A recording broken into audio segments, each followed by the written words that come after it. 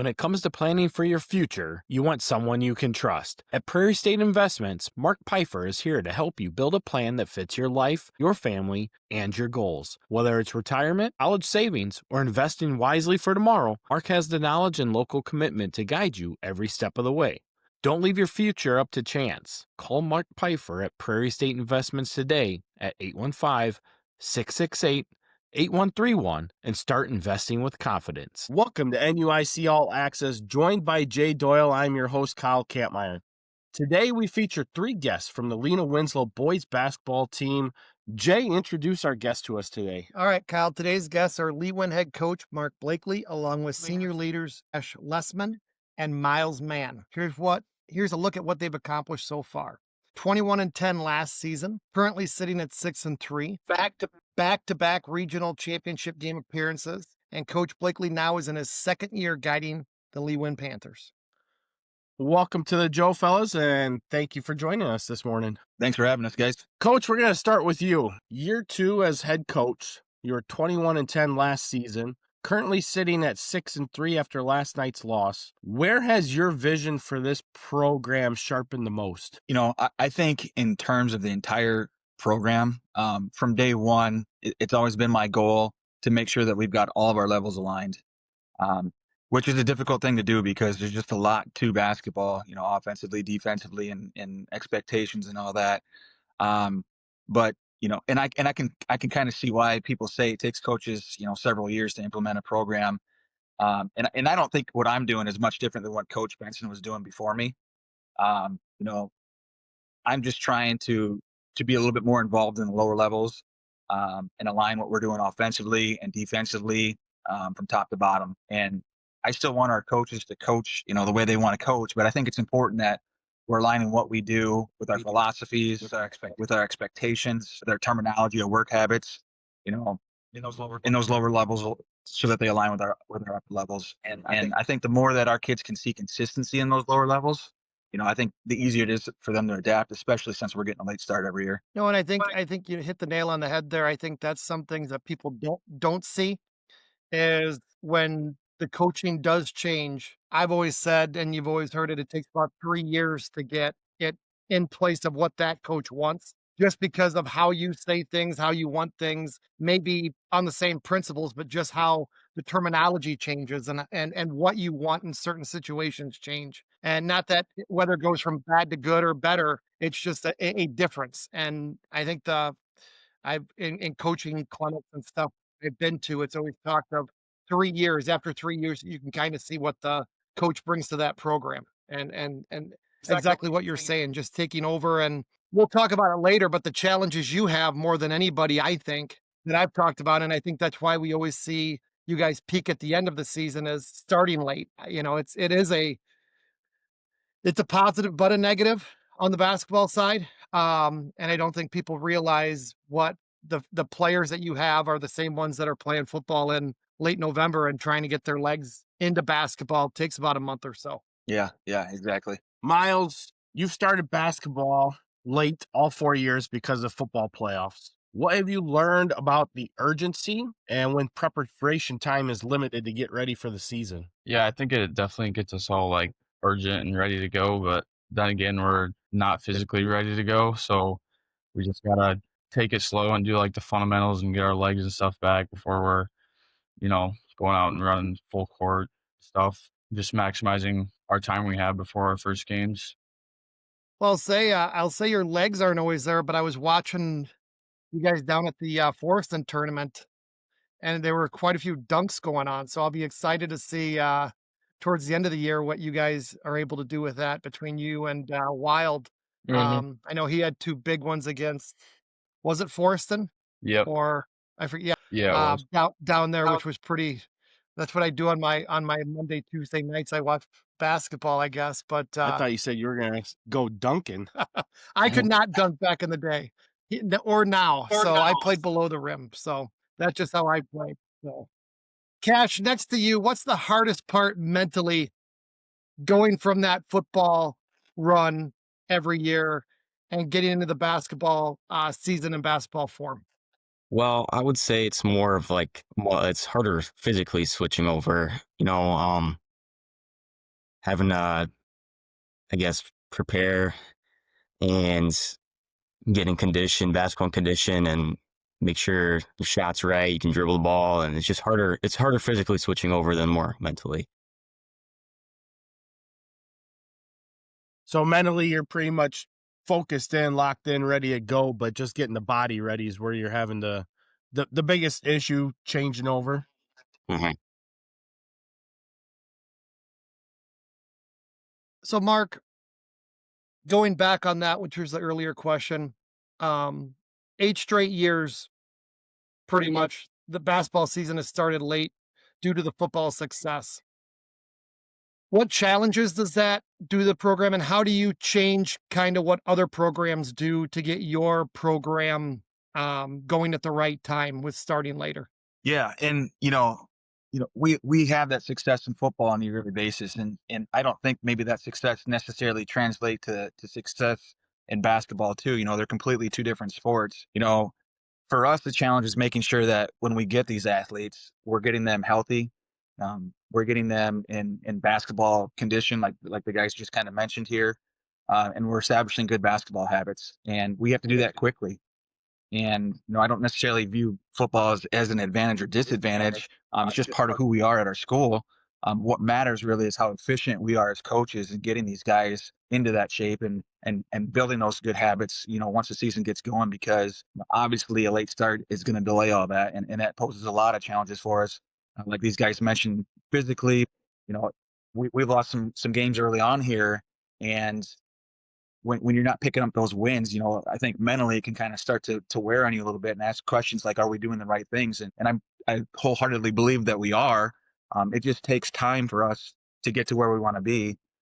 So in close games, when we're not doing things the right way, or when we're turning the ball over and not making shots, it makes it a lot more difficult. And one of the things I see on the outside looking at that, one of the things you guys are behind the 8 ball with early on is you don't play some of the Thanksgiving tournaments that other teams do. So there's 4 or 5 games there that you're behind. You played just your 9th game last night. We're in January already. So you're more end loaded than you are front loaded. That's probably one of the things that you got to do. So you got to find different tournaments probably to get into. And that's one of the things where you guys will play much more games come January and February than a lot of teams play, just simply for the fact you don't play them early on in November. Yeah, and we've actually backed off of our schedule a little bit just because, we don't need to squeeze in the same amount of games as everyone else, and we're playing 3-4 weeks less than everyone else too. So, we haven't necessarily picked up games. We've actually kind of shortened our season a little bit. But where we're at right now, we're at, I think we just had our 13th or 14th practice of the season. Well, a lot of teams in the area have that before they even play their first game. Right. So, we're just always going to be a few weeks late. And we're catching up. We're closing the gap, but we're still behind other teams. So Miles, going back to being in those 4 state football championships and then jumping into basketball, how does that experience, being able to go that deep in football, help shape your confidence once basketball season starts? Well, I feel like it definitely starts confidence, but you obviously got to carry it over. And when you're on the big stage, I mean, come February, it's like obviously a different sport, but you've kind of been in that atmosphere, and it's just like calms your mind a little bit. But it's definitely still pressure there. And obviously, since we're successful in football, people want us pretty bad in basketball. So it's just like more grit out there. All right, next question, Kasch. What habits help you think, at Lee-Win that translate to each sport? Because you guys are very successful in all 3 sports, whether it be football, whether it be basketball, and whether it be track or baseball. And you're a track guy. So what is the common theme at Lee-Win that I think keeps you guys at that successful level? I would definitely say teamwork and brotherhood, just being around the guys, having great relationships with everyone. It really translates through all sports. Just the chemistry that it all brings, it helps out a lot. So Mark, going back onto that, how do having multi-sport athletes help you raise the standard inside the basketball locker room? Well, having those types of athletes, they're constantly exposed to high expectations and accountability on a daily basis from their coaches in all their sports. So those guys know how to they understand how to compete. They know how to accept coaching and handle adversity for the most part. So fortunately for us, a majority of our kids are 3-sport athletes, and if they're not 3-sport, they're 2-sport athletes. We've got 32 kids out for basketball in the high school program this year, and I think 28 of those kids are 3-sport athletes. And I don't know what it's like at other schools, but every one of those kids, whether they're 3-sport, 2-sport, 1-sport athletes, they show up to weight room and speed prep every day in the summer. So our athletes, they understand that there's a certain standard, that it takes to be an athlete at Lena-Winslow. And, not only does that carry over in the athletics, it carries over into our academics here at school too. Well, I think that's one thing when we've talked to Coach Milder on the wrestling side, yourself and Coach Horan, that's been the biggest thing I think that sets you guys apart with many is the off season. Everybody has their off season stuff, but I think the amount of kids that participate, because there's always pictures being shared and everything like that of everybody that showed up and the percentages raised. And I think that's one of the common denominators that I don't want to say makes it easier, but it does make it easier on the side of, when you're getting a player in that sport that they've done the work and they've prepared themselves to the best of their ability. And I think that's sometimes where other coaches and other programs try to compare, and sometimes that's where it's lax, we'll just say, is the off season. People don't realize that not only what's made in the off season is, getting yourself better, but just whether it be Kasch with Miles or Miles with Kasch, holding each other accountable, showing up at 6 a.m. in the morning and doing the work, rather than, them not showing up and not having that. I think that's what grows that. Yeah, exactly. And you hit the nail on the head there, because that's exactly what I was going to say is, the coaches are holding these kids accountable, but the kids are holding each other accountable too. And when you have that, then you're doing things the right way. Miles, so when you have younger players that see you guys walk in late to practice to start the year, but you're still coming in and leading the way, what example are you trying to set to the younger kids that are in the program? Well, I try to use what obviously they've been practicing for a couple weeks before us, so I try to help them. They obviously are more physically ready than we are, so have them push us in practice, and then just lead by example on the court for the most part. And then just accountability, and we're all committed for the same reason, is to be good in February, and we should all have the same goals. So what are your goals right now? Go on a run. That's it. Simple. I like it. And to you, Kasch, same thing. What does accountability look like to you? Whether you're stepping on the football field, basketball court now, and when you take the track, what does it look like when you make that to the younger groups? I would say pushing teammates, making sure they're not messing around at practice, being leaders to the young examples, so maybe it carries on to them. And yeah, just making sure everyone's trying their hardest and looking good for the younger guys. Yeah, and that's where I think it gets lost too sometimes, is the fact of you guys holding the upperclassmen, holding people accountable and showing up, and the summer stuff. Coaches can do so much, right? But I think that's where being positive role models to where freshmen come in and understand what it takes when they get older, what they were asked to do, and it just keeps building upon itself. And I think that's why you see the successful programs have that. Whether it be you, Mark, and Miles, you have brother after brother that also hold you accountable, that have been in that shoes, that has kind of set the precedence for you. Talk a little bit about that, Miles, on having older brothers that have been successful. Mm-hmm. So I think it started when Brody was still in school. Basically, whenever he wanted to go left, he'd just tag us along and bring us with. And whenever he went to go shoot hoops, we'd just go in. Me and Merrick would 1v1 all the time, and I'd kick his butt. Yeah.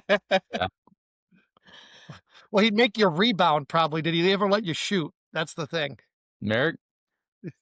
I'm more of a shooter in street ball, so you better watch out.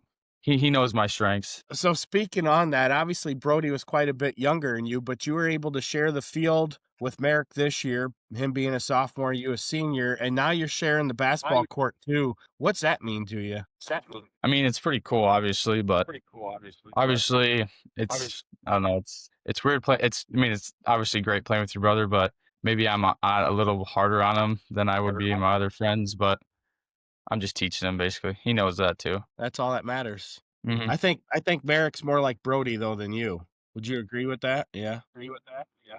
Mark, back-to-back regional championship appearances. What has kept this group close, but what's also been missing at the finish line to finish that regional championship? Well, I think over the years, we've consistently had competitive kids, kids that want to work hard and they want to win. And you pair that with kids who believe in what we do defensively and they get after it defensively. I think at a small school level, that's a combination that's really allowed us to be in games with other good teams. And we've taken a lot of pride in our defense in the past too, and I think that's gotten us to where we've been. Where we come up short, I think, is in our offensive execution in those final games. When you look back, and I was just doing this the other day, when you look back at where our regional finals were, we didn't put many points on the board, and we haven't been able to put a lot of pressure on some of those quality opponents. So I think some of that was nerves, because I can remember back when I played, it was the same way too. Those nerves kind of affect the way you play offensively. Um, but a lot of it I think comes down to that we just need to get more individual shot making going on and better execution in those late game situations and late season situations. I still think defense is crucial to winning in the postseason, but over time, I've definitely shifted my way of thinking and how important it is to score the basketball because, I honestly think that playing defense is easy when you compare it to how good you need to be offensively. Yeah, I would totally agree with that. So, in that same aspect, have you thought about how you get your kids to start to relax in that big moment? I mean, they have the experience of that big moment like Miles was talking about, but how do you make that comfortable in a regional championship setting? Well, the game is still the game no matter when you're playing it. And, maybe we need to focus more on that. To me, like, yeah, the nerves are there, but you get over that when you start playing the game and you're getting in the flow of the game. Again, I think just to reiterate, I really think that where we're coming up short is not the nerves part. It's just the offensive skill part of the game. No, that's always big. And Miles, on your end, you've played in 2 straight regional championships. What do you see in those losses that you can take to this year, setting yourself up to get to another one and hopefully get that plaque? Yeah, it obviously sticks with me. Last year we obviously lost the regional and then we lost the state championship, which is like you put a lot of work into it and then come big showtime when you lose, it's obviously not emotional. It's just like heartbreaking. And it's just putting in the work afterwards. You're grinding for that time to do it again and come on top. So, Cash, kind of bouncing off of that, when you get into the postseason in basketball, what separates the teams that advance from the teams that fall short, in your opinion? The teams that can take care of the ball, that can handle the pressure, like make the right passes, the team that has less turnovers, takes the high IQ shots and plays a solid defense. I think those are the teams that make it far in the postseason. So, Mark, we'll go back into kind of, we're early on in the conference. January is always a big month. Dakota last year ended as the favorite with where they ended. This year, between Dakota, you got Pecatonica, Forston, and yourself. We've talked about all early favorites. How do you get ready for this January run and get ready for those type of teams? Yeah, in Dakota and Pecatonica and Forreston, even Pearl City, those are all really good programs, and they've earned the respect that they get, and we respect them. But I don't think we prepare for any one opponent differently than anyone else, or in a way that changes who we are, what we do. Our preparation, obviously, right now, is on ourselves and the process of what we need to do. We need to continue to build good habits and work on our defense and how we practice and how we defend, how we execute. Those are things that are important to me right now. And obviously in the postseason, we're going to change how we would prepare for a team. But for right now, our focus is mostly going to be on us and a little bit about what those other teams are doing. Don't get me wrong. Rival games still matter to us. They just don't define our season. No, they definitely don't. You're right about that. And kind of bouncing off of that, Coach, we take a look at the NUIC North, and myself and Jay and Joe have talked about it a lot in the early going of the season. The NUIC North definitely looked to be like the strongest division of the three divisions right now coming out of the gates, especially with Forston being in that mix now, and obviously returning 4 guys and having a lot of returning starters there. With that, like you said, Dakota, Lena-Winslow, Pectonica, and Pearl City, I mean, every week in conference play, it's a battle right now when you take a look at how this schedule's set up. What does that mean for you, and how important is it for you to be part of the NUIC and more specifically part of the North Division? Yeah, it's it's tough. It's very, very tough because, like you said, you've got to be ready to go every single night. It doesn't matter who you're playing, and if you fall asleep on an Orangeville or Durand too, you can't do that. Those guys are still going to play hard, and it's not just the North Division too. I mean, we've got 2 losses this year to Warren and Scales Mountain, and we've got a tough Galena coming up too, and East Dubuque just beat Byron. Yeah. So we can't have lapses in what we do. We have to execute, and we talked about it yesterday. We have to have consistency. We can't have spurts, and that's where we're sitting right now. Is we just have too many short spurts of good basketball, and we've got to focus on being more consistent. Because, like you said, the NUIC is pretty darn tough, and if you're not consistent, you're going to struggle. And when you're struggling and you're playing good teams like this every night, when it comes seed time for regionals, you've just made your road a lot more difficult. Yeah, that's one of the things that we were touching on before we came on the show this morning was, you can win all the conference games you want, but you also have to win those sectional games in order to get that seeding right. Because if you're not winning sectional games and you win conference, it might not matter in where you get seated at either. I mean, the good thing is I still feel that the North Division is probably the toughest, followed by the West and then the South. Mm-hmm.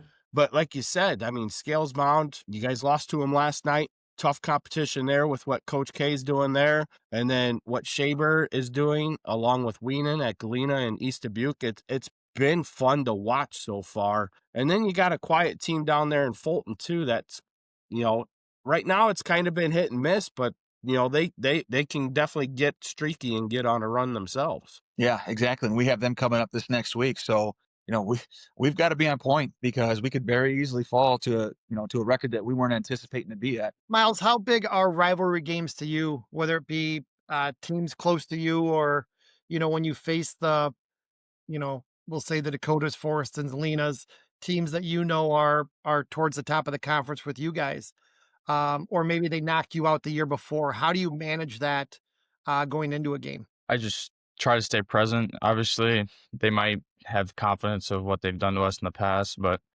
obviously new year, say a different team, but just stick to the basics and use what they have to say as grit and fuel. And don't get distracted by what's happened in the past. So Kasch, being a senior, what role does that play when you have to get into these big game moments, especially as we roll into January? You guys are sitting 2-0 in conference play right now, but you did lose to Pearl City as well already this season. How does that help you, and what do you have to do to help lead the younger guys to keep everything going in a positive direction? Yeah, so I would say keeping everyone at a neutral level, like we all, and keeping everyone together too, making sure we're all on the same page and all have the same goals, and moving forward, hopefully, physically. So, Mark, on your end, we're going to age you a little bit. You're a 2002 graduate of Lena-Winslow. What is it like coaching at your alma mater, and what extra responsibilities do you see that comes with? Yeah, it's a big responsibility, and it's not something that I take lightly. this place has given me a lot. And when you coach here, it means you're part of something bigger than yourself. And I'm not just responsible for wins and losses here. I'm responsible for how our program represents our school and our community. And really the big thing for me is the people who built the program before me. I feel responsible to kind of honor the coaches who built me, not just in basketball, but in football and track too. I had guys like Pete Brown and Rick Aaron, Dick Lady, and Coach Yeager coach me. And then I work with Kyle Benson and Dennis Huttenlocker, and Joe Doffenball. I want to build on what they've done for me personally, what they've done for our school. And I want to push our basketball program at the same time. So, I just want to make sure that I'm doing things the right way. I want to invest in these kids like those coaches invested into me. And, ultimately what I'm really trying to do is protect what's already been built here. So Rick has told me that he's got an open seat for you on the football staff still. It's something that I've thought about. And maybe I'll have to make a deal with him if I go and help him, and he has to come help me too. Well, he does have those 3 years as head coach before Lady came back for the last 3 years of his career. Right. Yep. We did not talk much about basketball when we had Rick on. No, we did not talk much basketball coaching when he was on, because that's who actually aged myself. He was coach for Lena when I played back in the day. He was coach for Lena my freshman and sophomore years too when I played. So that'll age all of us here a little bit. Yeah. I'm pretty sure he was a junior high girls coach too for basketball. Yeah, he was for that. Yes. We got to find what his record was in those things. Hold him accountable. You got to hold him accountable. Yeah, I like that idea. Get back in that junior high girls basketball logbook. Miles, we talked about it. Football state titles. You're 2-2 in state championship games there. 2 regional losses in basketball. You've also been to back-to-back regional championship games in baseball. One you won, the other you lost. How do all of those chapters shape the legacy that you want to leave at Lena-Winslow? I feel like it's definitely a consistent legacy, and like the impact it leaves on other people. And like winning the state title and dealing with like the heartbreak of basketball, it's like taught me definitely a lot of lessons about ups and downs of obviously how life and sports are going to go. But I just want to be remembered as like someone who competed and led and succeeded in all 3 levels and all 3 sports. That's not a bad legacy to want to leave there. No, and Kasch, what does wearing the Lena-Winslow mean to you? It means a lot. Like when I was younger, I'd always want to be like the older kids and the example that they set. So now that I am one of the older kids, I want to set a good example and just be that good person and represent the LW the right way, as what Coach Rickles would say. Mark, you won a regional title as a junior under Justin Yeager. Now he's your father-in-law. He's also one of your assistant coaches. How does that relationship strengthen you personally and help strengthen your program as well? Well, anyone who's been around basketball in Northwest Illinois knows who Justin Yeager is and what he knows about basketball. And I don't pretend to know nearly what he knows about basketball. He's taught me a ton, and I'm still learning from him 25 years after him coaching me. And having him as my assistant and as my father-in-law I think is just huge for our program.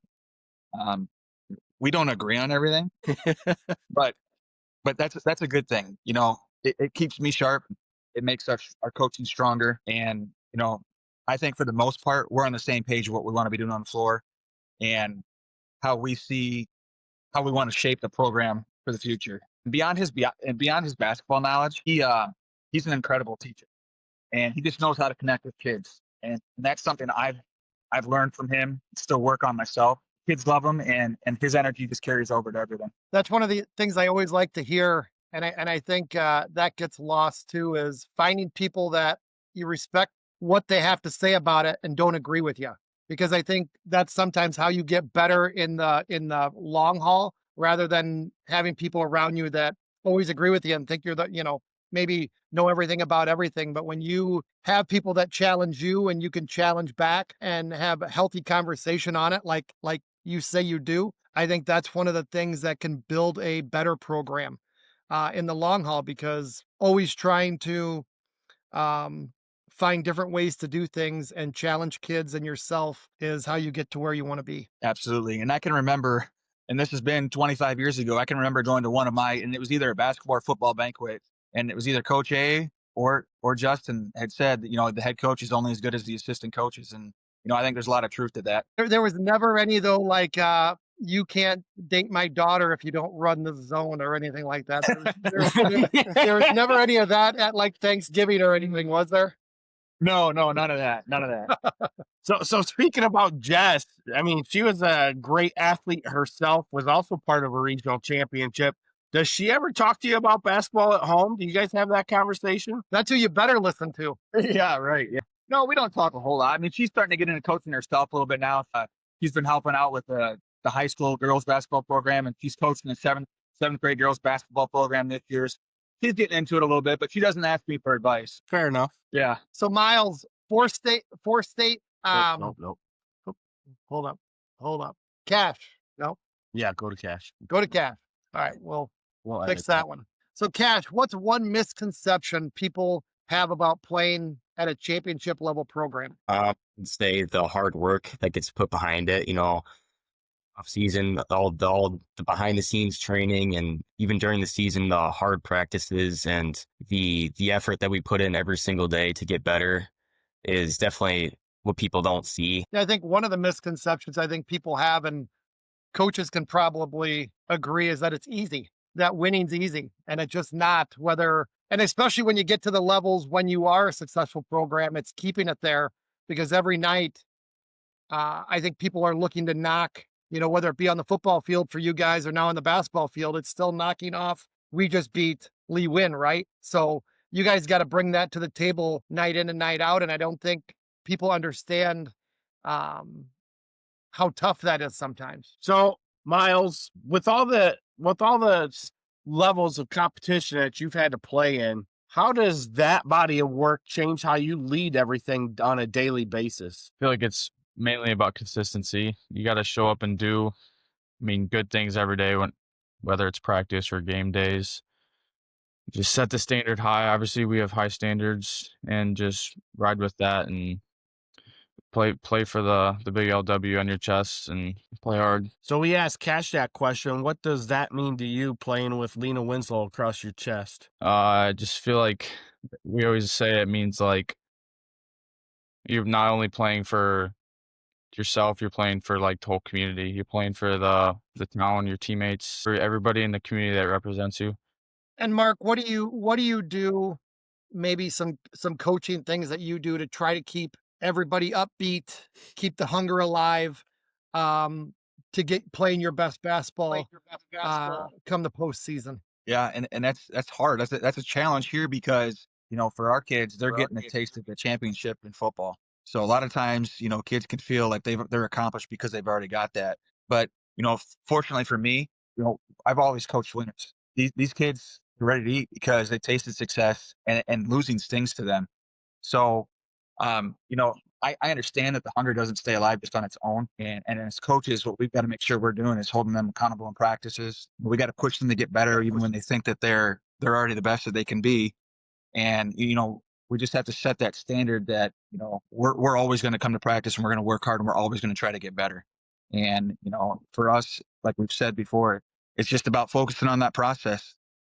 And we got to challenge them to defend harder and execute better and compete with intensity on every possession. And I think, if you're setting the standard high and you're holding kids accountable to that standard, then the hunger stays alive because the kids want to meet that expectation. Miles, beyond the wins and the losses, what else would define success for you for the basketball program? I feel like that all revolves around like the growth and effort you put in during the off season. Because I don't know what I was reading, but like I see Facebook posts that say like Lee Win's so lucky to have the success, and it's like kind of makes me mad because we obviously put in the work for it. We show what, they might not see what we do on the off season and all the extra work we put in, but that's where it really shows success. So kind of going off of that, you said it kind of makes you upset. Now I see those same comments too, obviously, but with that, I think some of them aren't so much degrading as some are, because obviously with success comes hate. because people hate to see the same teams winning all the time. That's just a commonality among sports in every level. But with that, I think some feel that it is lucky in the regards to that you're a small school, but you continue to churn out success after success after success, which goes to what you stated, the work that you guys are putting into it. That's where I feel, and I've told other people this that ask me what it is that Lena-Winslow does that makes you guys so successful. And I always lead into three things. One, you almost have coaching staffs from all the sports together on the football staff, which then through that, because you have all these coaches through all the other sports, you're continuing to drive the same message home in every facet. I've talked to both Coach Werhane and Coach Aaron about this, and you have coaches at every building in the school district, whether it be the elementary, the middle school, and the high school. So there's that going forward. And then the weight room program. You guys are consistent across all of your programs as far as getting into the weight room. And I always say it, and Jay knows I say it all the time. The weight room's always the separator in any sport, in my opinion. Yeah. So I mean, what do you, well, what's that Coach mean? Bickley always What's that says mean to about you? how, like, I don't know, I should say this or not, but we're always going to be the bigger and stronger team. And some people just might, I don't know, they're going to call stuff on us just because we're bigger and stronger than everybody else, and they're just maybe playing not as strong as we are, maybe weaker than us. Well, I don't think that's a negative. And I've coached, whether it be when I coached football back in the day, and our best teams, whether they were or not, thought it. And I think that's the key. Like we would always joke, because we were always one of the smaller teams, and for instance, a couple of our good teams back in with the Clucklers and Rotaballs and that, it didn't matter where we went. If we always talked about if a fight broke out, we thought we were going to win, right? Because we just thought they just thought they were going to be the badder dudes, right? And you got to have that mentality, whether you're on the football court or basketball court or wherever the hell you're playing. You got to have that mentality that we're just going to beat you because we're going to beat you. When you have that question of, I don't know how this is going to go, that's when I think that doubt comes in, when maybe the ball don't go your way, or you don't make a shot that maybe you should, that you're going to have the guys around you and yourself all have each other that, all right, I don't know how we're going to do it, but we're just going to win this game. And that's the difference between when you see that year in and year out success and not, is just the feeling of confidence between the coaches and the players that we're just going to find a way to get it done. And you guys have had that. And let me just add on to a little bit of the success that we have here too, because like Kyle, all those things you said, definitely matter. And, one of the things I don't like about the basketball program is that we don't, other than me, none of the other staff that I have are in the school building. So that kind of hurts us a little bit. But there are other coaches that, like you said, are coaching football, during the basketball season, the track season, the baseball season. It doesn't matter. All of the coaches are holding the kids accountable to what they're doing in that season too. So, I think we have that, but then there's also just the standard too. Every team around practices, and all these schools have weight rooms, and they're all in there.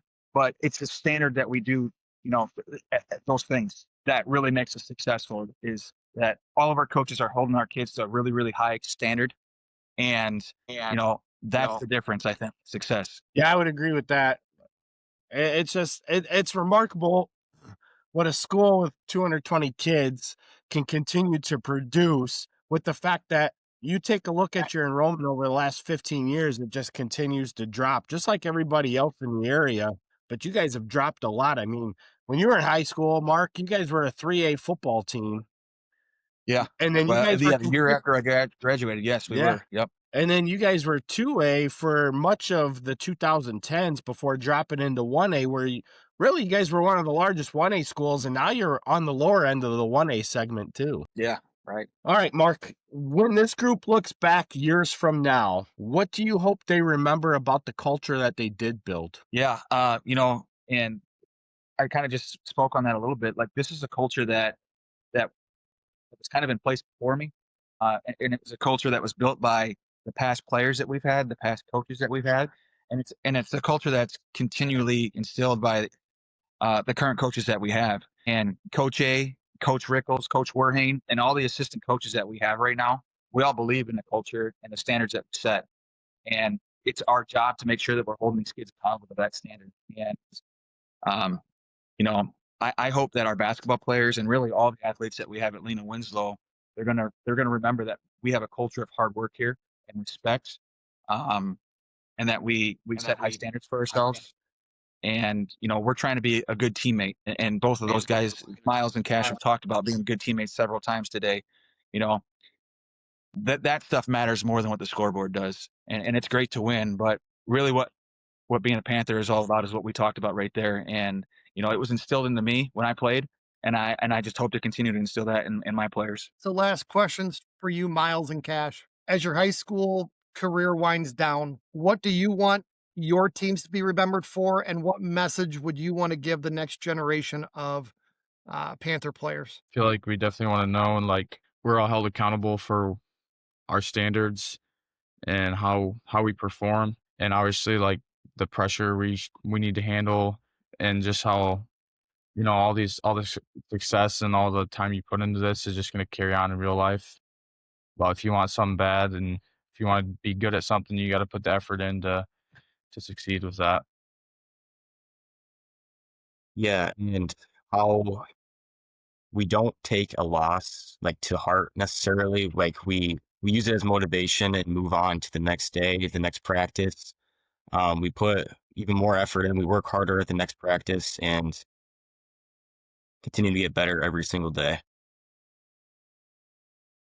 Yeah, I think that's the biggest takeaway you can have is just that, continue to put the work in that you guys are already putting in, continue to lead. Obviously, leadership is always one of the most important factors, because if you're helping to develop the younger kids that are under you, then they're going to be more willing to want to continue on the traditions that you guys are continuing on from the people before you as well. And that's where that standard, like Coach Blakely was talking about, continues to raise that level, which is exactly what we've seen over the last 20, 25 years from Lena-Winslow.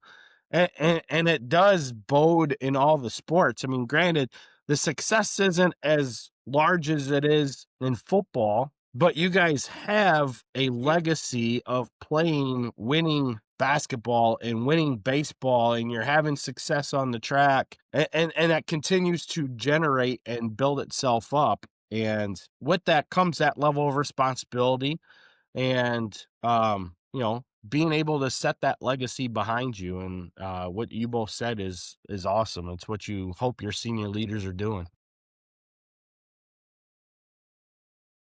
So we appreciate you guys taking the time out of your Sunday morning to join us today. Obviously, what you guys have talked about, it reflects exactly what we see in the NUIC. Obviously, Lena-Winslow being one of the bigger programs in the conference as well, because of the amount of success that you guys have had. But we do want to wish you guys much success moving forward. Obviously, you guys have a lot of accountability, multi-sport athletes and programs that continue to do things the right way. So obviously, myself and Jay, we're going to continue to be watching what you guys do, and good luck as conference play really starts to open up and that regional seeding starts to take shape and form here. Yep. Hey, thank you guys for the opportunity to highlight, Lewin basketball and highlight these two guys right here. I love what you guys are doing. It's great to see you guys advocate for not only football, but other sports and NUIC too. Thanks, Kyle. Nope. Thanks, Jay. Yep. Best of luck. Yeah, thank you guys. Thanks, guys. When the job matters, your equipment can't fail. That's where J&R Rentals delivers. Serving the tri-states area from East Dubuque, J&R Rentals is your local source for dependable equipment. From lifts, trailers, pumps, and job site essentials built to work as hard as you do. For homeowners or contractors, big projects or small jobs, the same standard is expected every time. Pickup or delivery is available. Equipment sales, service and repairs, propane refills, and reliable equipment from the people who know the job. Call J&R Rentals today at 815-747-7707 and get to work. Jay, we just got done talking with Coach Blakely along with Kasch Lessman and Miles Mann, and it's one of those things that a lot of people talk about and we've talked about on several occasions, but the amount of success that Lena-Winslow has across all sports as they continue to move on with the amount of kids that they have in their school, it is really cool to see what they can do and turn out every year. And granted, and we mentioned it on the show, while the basketball and baseball programs don't necessarily have the success in the state runs as what football does, the records themselves of what they do and what they can produce and how they compete definitely carries over from one sport to another. And let's not forget the co-op wrestling program that has definitely been at a state level for several years now as well. Yeah, I think when you coach a program like that at Lee Win, you want to keep yourself to that standard, right? And a going off the success they've had in football, nobody then wants to go to an unsuccessful basketball season, and they've been able to do it year in and year out. The one thing that has been consistent is that they start a little slow and they turn it on come end of January and February, which is a positive. And I don't see any different of what they're going to do this year with the group they have, the players they have, and the coaching staff that they have, that they're not going to be ready to go, because they've done it now, as we talked about, 8 straight years, right? You start getting used to that, and you start being able to prepare for that. And whether you like it or not, there could be much worse things in life, right? Like, yeah. but those kids know how to win, and they know how to put themselves in the best places to win, and that's why they've done those things. So moving forward, I think you're gonna see them get hot at the right time. I've said it week in and week out when we've done our show after, they're my pick to contend and win a regional, just because I like their length, I like their strength, and I like their makeup of the team. I just think that they'll be a tough out if anybody that beats them, just simply for the fact of what they bring to the table. And when you put yourself in that position of playing in big games and having everybody attack you game in and game out, they're going to be ready come the right time of the season. And like I said, we talk about it, like they've struggled. They're 6-3 and 2-0 in conference.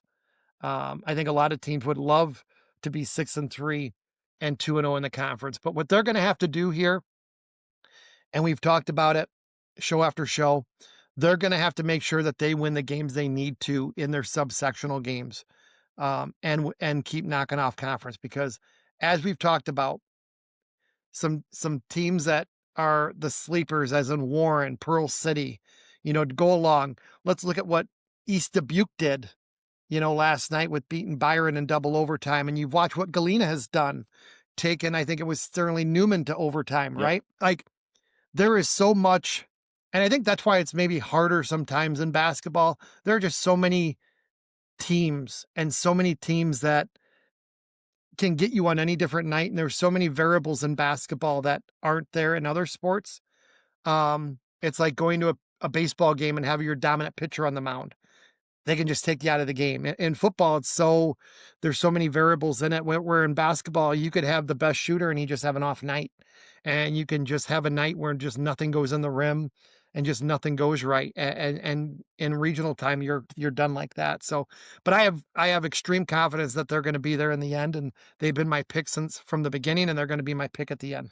Yeah, I mean, they have good size, right? And Yes. they have 2 guys that can play above the rim in both Miles Mann and Aiden Wild. Mm-hmm. They have good shooting. Mhm. Kasch Lessman does a great job at point guard, Mhm. helping to facilitate the offense. And then, Mann can also bring the ball up the court as well. So they got different ball handlers available, and they do a great job of spreading the ball around. And I would have to agree with Coach Blakely, where he definitely wants to and needs to focus more on the scoring, because their 1-3-1 defense with man at point is it's so tenacious. I mean, you watch them defensively, they close off the passing lanes and they get into trap situations so quick compared to what other teams do. Like, they play more aggressive than what other teams do. But at the same time, it can open up backdoor opportunities as well, which the better teams may capitalize on that. But offensively, if they can get into a rhythm, yes, they could be very dangerous. And you take a look at their first games here right out of the Christmas break. They have Durand, but then you have Fulton, Dakota, and Galena 3 in a row, which are definitely going to be a very tough run for Lena-Winslow. And like you said, they're all going to be somewhat must-win games. Galena's in their subsectional. Dakota's obviously a conference member, also in their subsectional. Fulton's on the other side, but you still want to be able to get that win and say, hey, we beat this team from the other subsection as well. Yeah, and when it comes down to, you can lose to a team in the other, but your record better show that it was just a off night, or if it was something like that. No, then those things happen, right? But like I said, the two things that they have that you can't coach, that is their length and strength, which I guess that's two there. But I'll put that all in one as their strength and length that they challenge teams with, and just a confidence that they can play with, that they've been there, done that. And they, whether you win or lose, if you're in those positions, you've been successful, right? They played in 2 straight regional championships. Well, a lot of teams haven't. They've been there. They know what it takes to get there, and what it's going to take, what they haven't done to win. And if you keep knocking on the door, I think good things are going to happen. And that's one of the things that, on my side, on my outlook of watching it, I just think that's where they have the advantage of a lot of teams. And watching Coach Blakely, when he was a Fresh South coach, the things that when you would watch their Fresh South teams play, they were coached hard, they played hard. And that's the same things they are doing now. Yeah, I agree with you there. And it's so fun to see. And obviously, we'll definitely catch some games of them as the season goes on. Been at the one game already this year where they lost to Warren. Obviously, we've seen them on the TV on NFHS a couple times. Yes, we're always texting and watching games, or telling with our conversation with Joe also of going back and forth and watching games or turning games on, whether it be on the girl or boys side. But we were all watching the Forston Lee Win game, and we were watching games like that. We can't always be at games, but we turn them on and watch them and move around. But that's the one thing that is most challenging in subsectional B, that you look top to bottom. There's a lot of really good basketball there and a lot of good basketball to be played. Yeah, I know. You got Warren there, Scales Mound, Pecatonica, Pearl City, Lena-Winslow, Galena, East Dubuque, Dakota. It's definitely gonna be a whirlwind of a regional into a sectional play. Yep, and only 2 of those teams will walk away with a regional title. I know, it's and crazy. that's the crazy thing about it. But what better gets you ready for that than a 3-game matchup of Fulton, Dakota, and Galena? Yeah. So that's how you get ready. And then those games will get you ready for that. So like we talked about, it's how you do in those games will get you better seed, but at least you're playing games to get you ready, and that's big in itself. Absolutely. So. All right, Jay, we move into January now. We were talking about it on the last couple of weeks about once we turn the page into the new year, we're going to start getting into the more impactful and meaning games. We get out of those holiday tournaments that kind of set the season's tone, but now we get into the big games that really matter the most as far as conference titles, sectional seeding for regional seeding, regional placement. What all do we have to look forward to there now? I think on the girls' side, you're going to start seeing teams make their way towards the top and towards the bottom, because everybody's played around that halfway mark, around the 14 to 16 game mark. And, we've had a big break this last week with just the New Year's and the Christmas stuff and everything. So everybody's sitting around that 13 to 15 mark. And now it's going to be, the next 2 weeks are going to be huge for teams. I know a lot of teams will play 2 to 3 games a week. A lot of them are conference games. A lot of them are matchups of same teams in your subsectional. And it's going to do a lot for seeding. I think, a loss early on, may change some things, but January is always the biggest month for the boys and girls side of basketball, of just jockeying for position, whether it be in conference or for regional seeding. So that's what's going to be great the next 2 weeks. We're going to see some great games. We talked about it this next coming week. We'll have the Eastland Shootout on the girls side. That's Saturday. That's going to showcase some of the teams of matchup versus matchup that, you'll be able to see a Eastland versus Rockford Christian at the nightcap. You're going to see Weathersfield versus a Pecatonica early in the day. You're going to see teams like that will play each other that, are going to pay dividends later on, but going to be very, very good basketball to watch. And if you're not got anything to do next Saturday, I'd make a trip down to Eastland. We'll be there. We will be there. I'm excited. I can't wait. We've been to different girls' games already, but definitely want to expand and see more. We're going to have Coach Brinker coming on the show at the end of the month. Definitely want to pick up an Eastland game because they're off to a 14-1 start right now. So they're definitely looking good.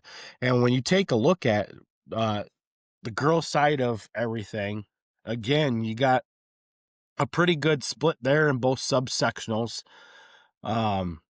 East Dubuque has been off to a good start. Eastland obviously on their big start. And then, some of the other teams we talked about were your Orangeville Broncos. Pearl City's played pretty tough. Warren's played pretty tough. East Dubuque, Dakota.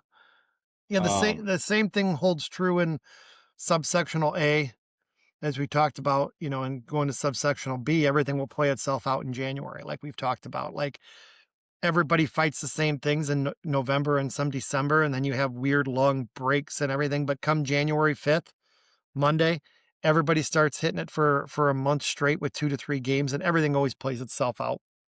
Everybody gets worried about everything, but it's like come January, everything will play itself out. In subsectional B, we've seen that big game we talked about with Coach Rosensteel.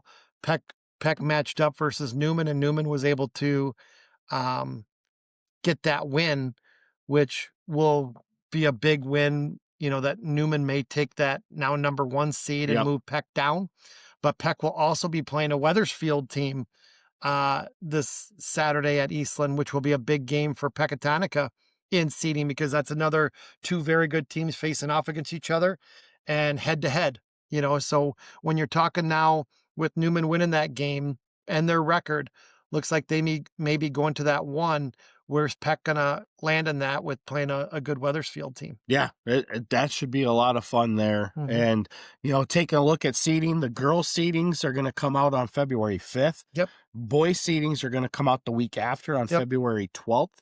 So we got a good month ahead of us to get some good games under the belts of all these teams and see what takes place here. Yeah, and like we talk about, the biggest thing is getting hot at the right time.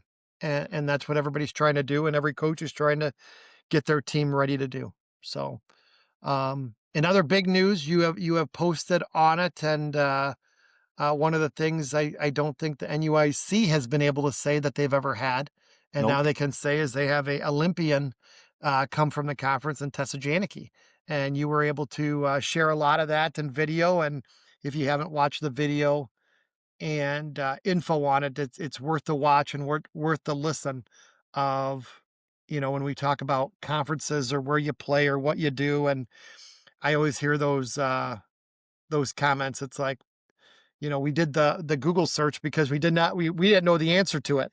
And it was like, how many Olympians have come from our area? This area? So when you do a quick Google search of how many Olympians have come from, I put the Rockford area, right? So there have been now 4. There was Janet Lynn, a figure skater, born in Chicago, raised in Rockford, trained at the Wagon Wheel in Rockton, won bronze in 1972. Another one was Robert Bob Packard, track and field, competed in the 1936 Berlin Olympics, was a star at Rockford School before entering the games. And another one that will be going this year, Cameron Smith, a ski mountaineering, not sure what that is, a 2014 Guilford graduate and Rockford native, was nominated for the 2026 U.S. Olympic ski mountaineering team.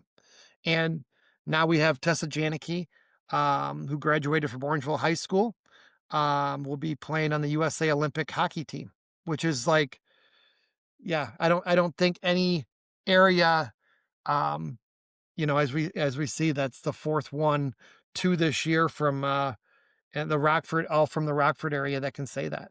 No, that's awesome. And obviously the women's U.S. hockey team has been at the highest standard all throughout. Obviously, she was part of the Team USA team here just recently that played in the rivalry series with Canada, and they swept Canada 4-0. On top of that, we get the news that she is going to the Olympics because she made the team, but then she sets another new school record with her 75th career goal. So literally a year ago, she set the record for most points in a career. She already holds the record for most assists in a career. Now she holds the actual scoring record for most goals in a career as well. So she continues to build that legacy, raise that bar to a whole nother level, and lift the stratosphere. And I was watching a clip about her just the other day because she was on a podcast with LeVar Arrington, the former middle linebacker and NFL pro, Penn State alum. Yep. And they were, LeVar runs a podcast called We Are, which goes into the We Are Penn State. And in that he was talking to her about, what it means to be a Nittany Lion and why she chose to come to Penn State. And the big thing is that she wanted to be part of a program that wanted to build and elevate the status. She could have easily went to a Wisconsin, which is a national power, Minnesota, which is a national power, but she chose Penn State instead, and look what they've done. Back-to-back conference champions, nationally ranked the last 2 years, now this year being the third consecutive year that they're nationally ranked, definitely elevating the status of Penn State hockey, which is awesome. Yeah, and one of the things that was a whole topic going back to back, a year and a half, 2 years ago, we talked about, and she was one of the reasons why we talked about NUIC All Access. And it was just simply for the fact if stories like that aren't told enough, and stories like that need to be shared to as many people because of what she's went through, what she's had to do, the story from her as a child to her as now an Olympian. Where else would it be shared, or people could go on and click and find that information. And that's the cool thing about this is she was our first, we talked about her being the first guest because it was like kind of talking about that. Right. Yep. And she was our first guest we had on, and it was pretty cool. You shared that again for that listen, but that was the whole basis of it, with seeing where the football was and where it's been and where it is going, to just this of finding a spot to where if someone wants to find out about Tessa Janecke, all the links are there to find it. And we'll be continually posting links to make sure to watch, make sure to listen. And it's a pretty cool thing happening this year for her and her family and the area. Yeah, no, it's definitely awesome. And man, it's so cool. And then on the other side of it, you got Gennings Dunker, who just finished up his career at Iowa. Yep. Got the ReliaQuest Bowl win for Iowa over Vanderbilt. Yep. Getting another 9-win season for the Hawkeyes. His second bowl victory. The first one came back in his redshirt freshman year. So he's been 2-2 in bowl games. But now he is setting himself up to be in the NFL draft. With that, getting NFL combine invites as well. It's going to be a lot of fun. Obviously, a lot of analysts could see him slipping into the day one, which would be a first-round pick, but most have him projected in early to mid-second round right now. Could potentially drop in the third round. One of the issues is that he plays right tackle. And at the NFL level, a lot of analysts are saying that his arm length is too short. But talk to Will Campbell about that. Yeah, exactly. But if there's been a lot of talk about him moving to a guard position, which even at the NFL level, a guard position for him with his size, but not just his size, his speed, I think he would do well there anyway. Yeah, and every time I see a picture of him, I think he gets bigger. Oh my gosh. And he's ginormous. The funny thing is when people would say, well, why can't you block him or something like that? It's like, well, take a picture of that dude now and realize why it was tough to block him. But a credit to him and how cool that will be listening in that day 1, day 2, day 3, because he will go for surely somewhere in there. But just a cool thing for him and his family and the Lee-Win program, right? To have that. And there's not been many players. There's been many players that have gotten invites to the combine Right. and those things, but drafted on day 1, day 2, day 3. That will be very cool in itself, of video of the Dunker household when they call his name. Yes, that will be a ton of fun, obviously. Speaking of Lee Win, right? Yep. Tonight is the Division III NCAA Championships. They are going to be on ESPN. It's North Central against University of Wisconsin River Falls. Roby, a senior, is going to be playing in that game, looking for his third national championship tonight. That will be on ESPN tonight. Kickoff is at 7 p.m. Central Time, so that should be a lot of fun to watch as they play in the Stag Bowl at the Hall of Fame Stadium in Canton, Ohio. And tomorrow night? Tomorrow night is the FCS National Championship game, where Jake Anderson is completing his final season with Illinois State.